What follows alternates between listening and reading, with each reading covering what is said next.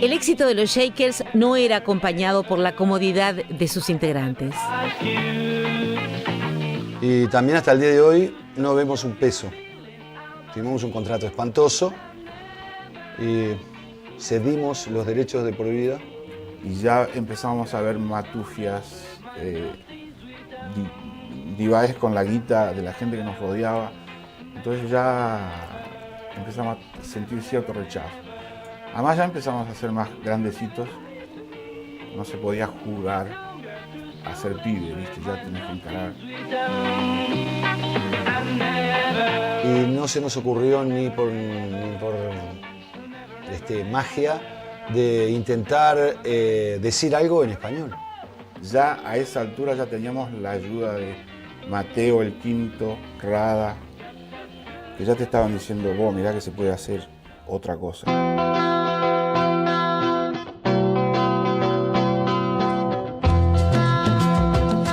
Momentos en los cuales la vanguardia era cantar en inglés y la grasa cantar en español, y bueno, Mateo, Rada, Urbano y toda la gente que formó el Quinto revolucionaron un montón de cosas porque empezaron a hacer composiciones propias en español.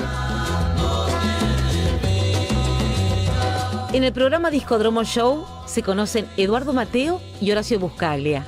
La pasión por Piazzolla los une y los lleva a trabajar y componer varias canciones. Tenían que tocar las canciones que estaban de onda, las que se escuchaban por la radio, porque si no la gente, si no quedabas afuera, ¿no? El Quinto en Orfeo Negro, en la Bogata, Orfeo Negro, en el Verdad de Carrasco, donde tocaba siempre, y tenía que tocar covers. Por ahí metía alguna de ellos y la gente...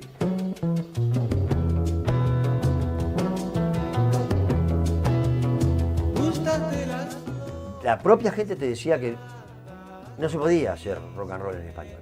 Hay que hablar, está, vos, che, loco, qué negocio, qué pasa. No hablar el lai. Yo no hablo inglés, yo hablo yoruba. Vos me hablas en uruguayo y yo te entiendo. Y te respeto en uruguayo como me respetas, todo bien. Pero yo cuando voy a otro país tengo que hablar el idioma eso, si no, ahí no, porque aquí usa como los indios.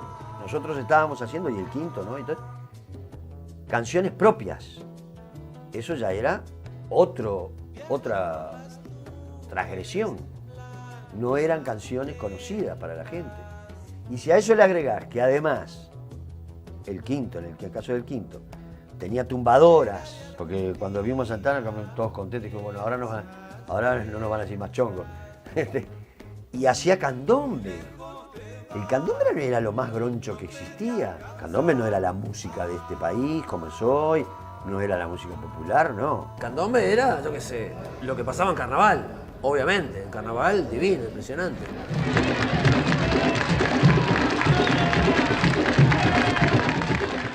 Pero con las bandas, nadie se le ocurría a una banda tocar candombe, era de terror tocar candombe. Simplemente porque en Inglaterra y en Estados Unidos no se hacía, nada más. Y eran banderas nuestras, banderas de rebeldía muy fuertes. Chichito Cabral entra a El Quinto en sustitución de Rubén Rada, quien es invitado a una gira en Perú por el músico Mike Dogliotti. Rada era el que le había puesto la voz y una tumbadora. ¿Tá? Yo tocaba con dos y agregué cosas. Yo no cantaba. A veces hacía algún coro.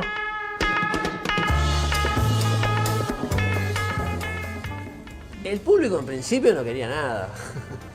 Ni los músicos querían nada. Nosotros nos hacían la vida imposible. Terminaron de tocar, suponete, los Delfines y no sé, y los Campos y no sé quién, y los Killers, viste, cantando todo en inglés, súper bien equipados, todo re prolijo, y arrancamos nosotros con algo que era como marciano para la gente, viste, no querían nada. Sí, siempre había un grupito de gente que fue creciendo, obviamente, viste, yo tengo el recuerdo ese de una vez que hicimos El Príncipe Azul, que la gente se empezó a ir de adelante del escenario, ¿viste? Empezó a tocar y la gente estaba bailando, paró y se fue toda a sentar a la mesa a escuchar, no bailó nadie. Sueñas el príncipe azul. Empezó a venir un grupo chiquito y cantaban Príncipe Azul abrazados adelante de nosotros, que eso para nosotros ya era increíble, ¿viste? Inspirados en los conciertos beat que se habían dado en el año 66 y la experiencia vivida en la Claraboya Amarilla, el boliche de Citarrosa y Amanecer Dota en el verano del 69, el Quinto crea los espectáculos conocidos como Musicación. Y creo que inspirado un poco en todo eso que pasó ahí, que fue increíble en la Claraboya, bueno, aparecieron las musicaciones, todos tirábamos ideas y bueno, y se armaba una mezcolanza impresionante que estaba dentro de la búsqueda típica que había en esa época, ¿no? Las Musicaciones fueron unos espectáculos que se hicieron en el año 1969, con el Quinto como grupo principal y una apuesta con actores dirigidos por Horacio Buscaglia. Todos se cantaban en español, eran todos temas propios, éramos muy mafia, muy clan. Sí, sí, clan tipo siciliano éramos. No entraba cualquiera en Musicación, no dejábamos nosotros. Tenía que haber como cierta pureza, de esa cosa bien de los 60. Hacíamos ese recital, lo llegamos a hacer 4 veces, el mismo espectáculo 4 veces. Y las 4 se llenaba, y las 4 iba la misma gente. En la Musicación 2 se presentó una canción compuesta el mismo día del estreno que se transformó en una de las canciones más populares hasta el día de hoy. Siempre eran canciones nuevas, todas, porque era mostrar lo que se estaba haciendo, ¿no? Y el negro dice, pará, y salió, voy a dar una vuelta. Y salió a caminar por 18, iba a salir como medio tarareando, vuelve y dice, la tengo. Y esa canción fue Las Manzanas. Si te gusta comer manzanas, son más frescas por la mañana. Si te gusta comer manzanas. Por más que el público pataleara, gritara, nunca se hacía un bis. Y yo recuerdo que terminó el negro de cantar Las Manzanas y fue un delirio, la sala, todo. Y a mí me tocaba salir y decir unos mojos.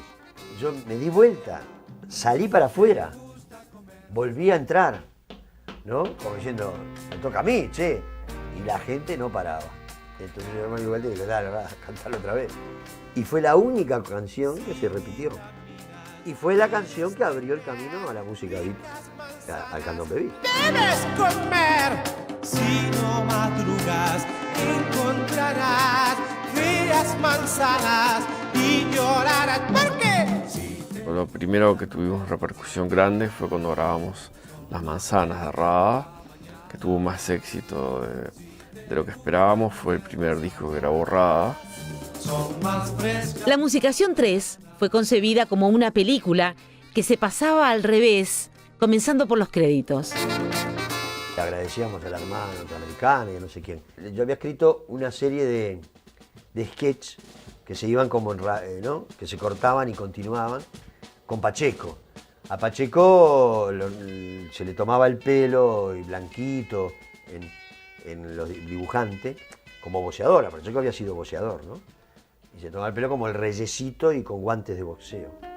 Entonces Pepe hacía como de Pacheco, con guantes de boxeo, y yo hacía de una especie de soldado ahí que... Para llevarse la luna, su fusil trajo el soldado. Le disparó 5 balas. La luna siguió brillando. Vino el gran jefe a buscarla y le ordenó que bajara. La luna se quedó quieta mientras el jefe lloraba. La Musicación estaba comprometida con el tema social y político. Musicación 3 tuvo una canción con ese mismo nombre, cuyo surgimiento resume el espíritu de estos espectáculos. Eso fue que faltó alguien y me tiraron al escenario y yo tuve que tocar un tema con el piano. ¿Me entendés? Que solo en ese contexto lo puedes entender. Nomás yo tenía 18, 19 años, era un guacho, improvisando, tocando algo, que en realidad yo creo que lo que aplaudían era la espontaneidad. Vuelve a esperar que salga el sol, vuelve. Pues la crítica nos ignoró con gran habilidad. como siempre, hasta hoy. La intelectualidad marcha, ni siquiera se dignó a hablar de nosotros, por ejemplo. Está esa cosa uruguaya de la trascendencia, que si yo estoy cumpliendo una tarea militante y no sé qué, tiene que ser seria y trascendente. No puede ser entonces por medio del humor, no puede ser que estemos con los pelos largos, no puede ser que, bueno, en aquella época las influencias de Beatles y el rock and roll, se están dejando influenciar, ¿no? Bueno.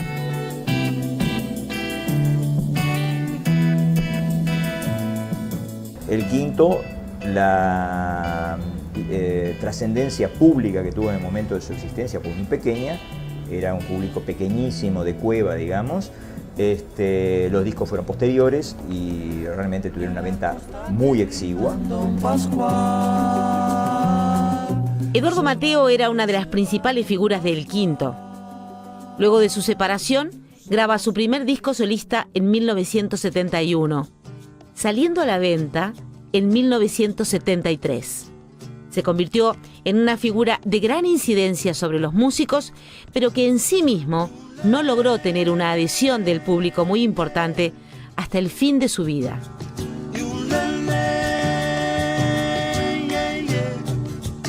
Fue un detonador de cosas y fue un referente de actitudes, de modos de trabajo, de modos de elaboración, de posibilidades diversas de elaboración del material, del refinamiento.